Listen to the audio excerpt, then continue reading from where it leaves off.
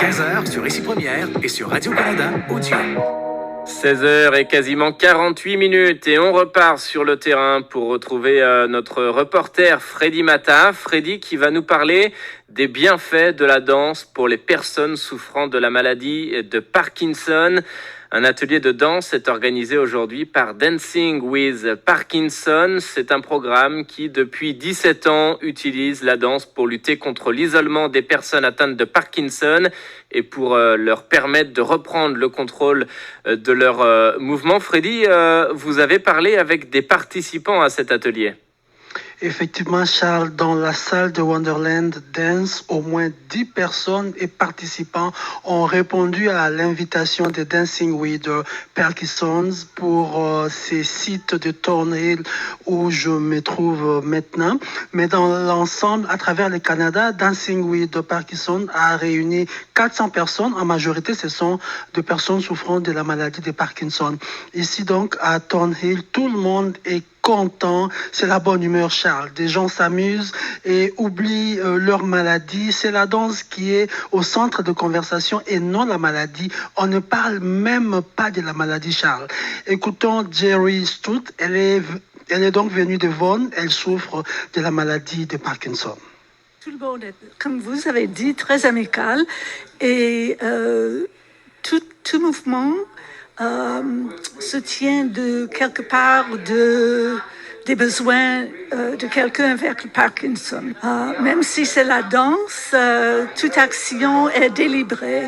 Pour la balance, j'ai le Parkinson. Depuis combien de temps que vous souffrez de cette maladie? Avant 2020, j'ai été diagnosée en 2020. Vous retrouvez ici avec le groupe. Comment vous vous sentez? Quand je pars, je suis très relaxe, détendue et contente. Tout le monde s'amuse ici. Tout le monde est très amical. Et vous vous retrouvez ici combien de fois par semaine? Combien de fois par mois? Une fois par semaine. Je fais un peu d'activité et en même temps, je m'amuse et je n'aime pas faire l'exercice, alors c'est le meilleur moyen de bouger.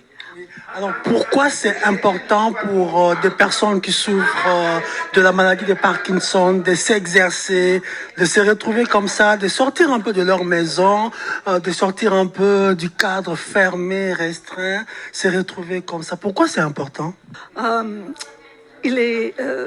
La science dit que l'activité physique est le plus important pour la moindre progression de Parkinson.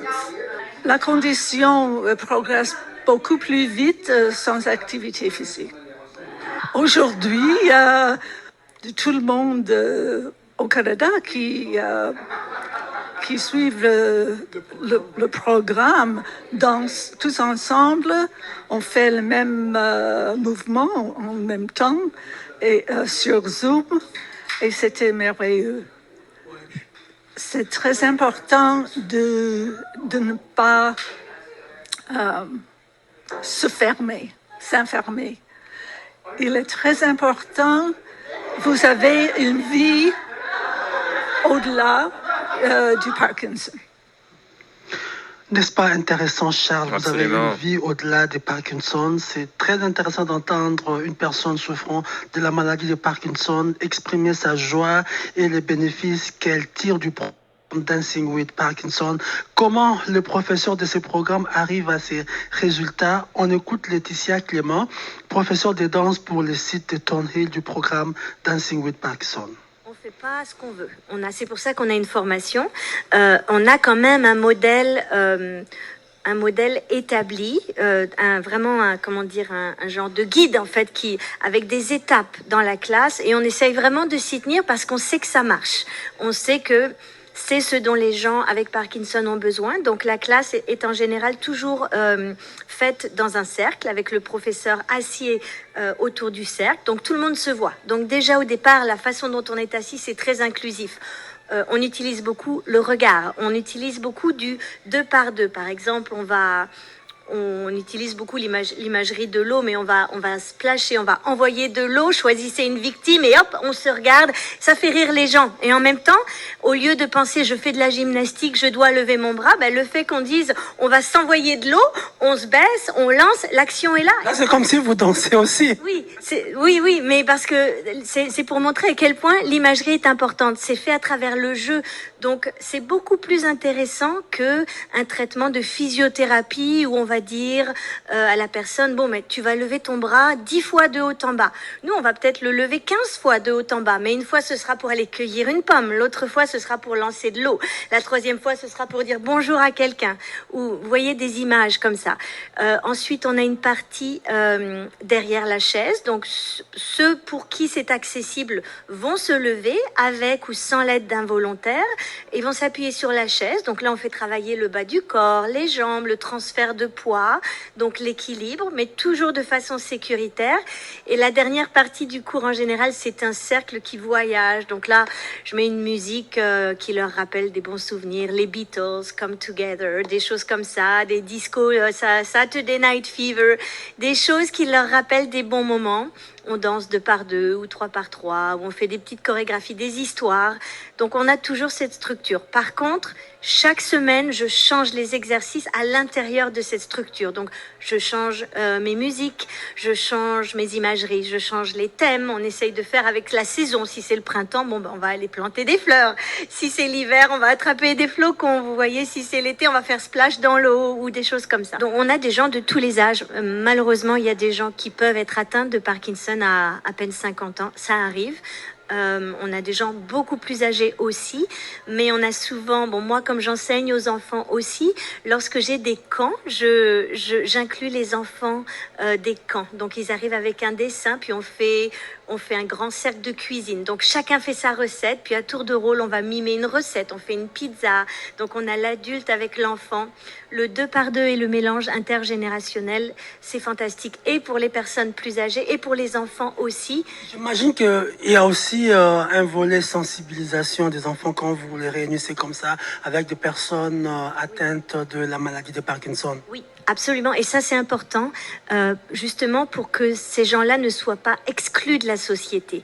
J'ai eu l'exemple il y a quelque temps d'une maman lorsque j'ai annoncé que les enfants allaient venir pour participer à un jeu avec mes danseurs de Parkinson qui a paniqué, qui m'a dit non, mon enfant va être traumatisé. Et je lui ai dit pas du tout, donnez-lui une chance. Vous verrez que ce sont des gens parfaitement comme nous, qui aiment rire, qui aiment s'amuser. Bon, ils ont peut-être la main qui tremble légèrement, mais je ne pense pas que l'enfant sera traumatisé par ça. Et au contraire, l'enfant est venu et elle a dit maman, c'était la meilleure partie de ma journée. Les enfants se sentent utiles, ils sont contents, ils se sentent responsables, ils sont heureux d'amener leur dessin. Et puis les personnes âgées, bon, pour eux c'est un vent de fraîcheur d'avoir des jeunes enfants qui viennent. J'ai aussi des étudiants à l'école secondaire qui ont besoin d'heures de volontariat, donc qui viennent, et puis quand ils peuvent, ils viennent aider. Ça, c'est bien. Donc, on a des classes où j'ai des enfants de 5-6 ans, des ados de 14-15 ans, et puis des adultes de tous les âges. Tous les jours, incluant Noël, jour de l'an, les jours de fête, il y a toujours au moins une classe offerte en ligne, justement pour que ces gens soient pas seuls dans ces jours où on est habituellement réunis en famille. Les gens n'ont pas toujours des familles autour d'eux ou parfois sont seuls. Donc on est leur famille. Dans beaucoup de cas, on est leur famille. Ils nous disent on attend ce jour de la semaine avec hâte. On fait comment pour s'inscrire, pour participer, que ce soit en ligne ou alors pour ceux-là qui veulent venir ici à Thornhill pour des formations en présentiel? Oui, absolument. Alors, on va sur le site Dancing with Parkinson. Toutes les classes en personne et en ligne sont listées. Il y a juste à cliquer sur Thornhill. Moi, je dis Thornhill parce que c'est là que je suis, mais il y en a au centre-ville, il y en a à Scarborough, il y en a un petit peu répandu partout dans le GTA. Donc oui, il faut aller en ligne. Dancing with Parkinson, c'est assez facile. Tout est indiqué là, le téléphone, comment s'inscrire, si vous n'êtes pas sûr, parce que parfois les personnes âgées, pour eux, c'est plus difficile d'aller en ligne. Ils peuvent juste, en trouvant le nom, Dancing with Parkinson, peut-être que quelqu'un peut les aider. Il faut s'inscrire en ligne, par contre, ça c'est sûr, ou par téléphone. Laetitia Clément, professeure de danse pour les sites de Thornhill du programme Dancing with Parkinson. Pour terminer, Charles, la leçon que j'ai retenue, personne ne doit affronter la maladie de Parkinson seul. C'est une belle leçon, Freddy Mata. Merci beaucoup de nous avoir partagé ces beaux témoignages pleins d'inspiration, évidemment. Merci beaucoup, Freddy Mata. Merci, Charles.